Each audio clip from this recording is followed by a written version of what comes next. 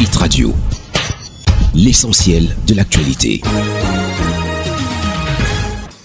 Un coup d'œil sur l'actualité, bienvenue à tous. Cameroun, les frais d'APEE sont maintenus, confirme le ministre des Enseignements secondaires. Le ministre des Enseignements secondaires, le professeur Nalova Lyonga, a réitéré avec insistance lors de l'enregistrement d'une émission spéciale de Presse Awa sur la chaîne de télévision nationale du Cameroun, CRTV, que le paiement des frais de l'association des parents d'élèves et enseignants APEE n'a jamais subi de suspension. Bien davantage, lors de la rentrée pédagogique solennelle RPS des 20 et 21 août 2024, les instructions ont été données aux délégués régionaux des enseignements secondaires de répercuter l'information de la non-suspension des frais d'APEE, ce qui vient de faire de la lumière sur la situation et mettre un terme aux malentendus ainsi qu'aux rumeurs circulant à ce sujet. Paul Biya présente ses condoléances au peuple tchadien du fait des inondations meurtrières au Tchad. Face aux inondations meurtrières au Tchad, le président de la République du Cameroun a exprimé le lundi 26 août 2024 ses condoléances aux peuples frères du Tchad. Ces derniers jours, une partie du Tchad subit des inondations destructrices. Ces inondations ont causé dans la province du Tibesti des pertes en vies humaines et des blessures physiques. Plusieurs autres villes du pays ont été touchées par ces pluies torrentielles qui ont conduit à des dégâts matériels considérables et à un lourd bilan. Paul Biya a présenté ses condoléances les plus attristées au peuple tchadien via un télégramme officiel daté du 26 août 2024 adressé au président tchadien de la transition Mahamat Idriss Déby.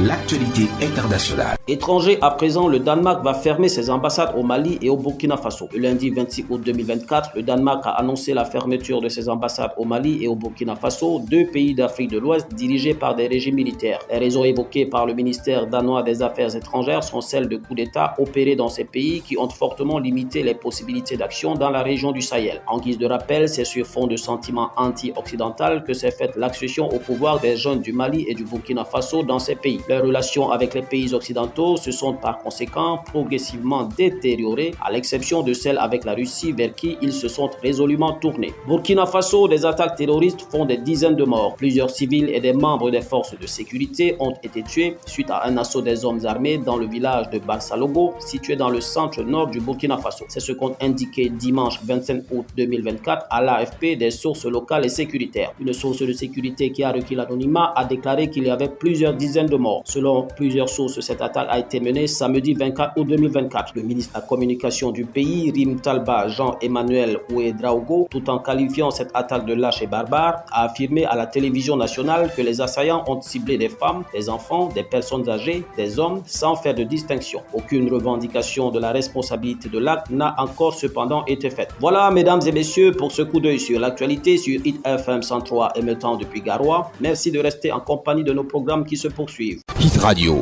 une info d'avance.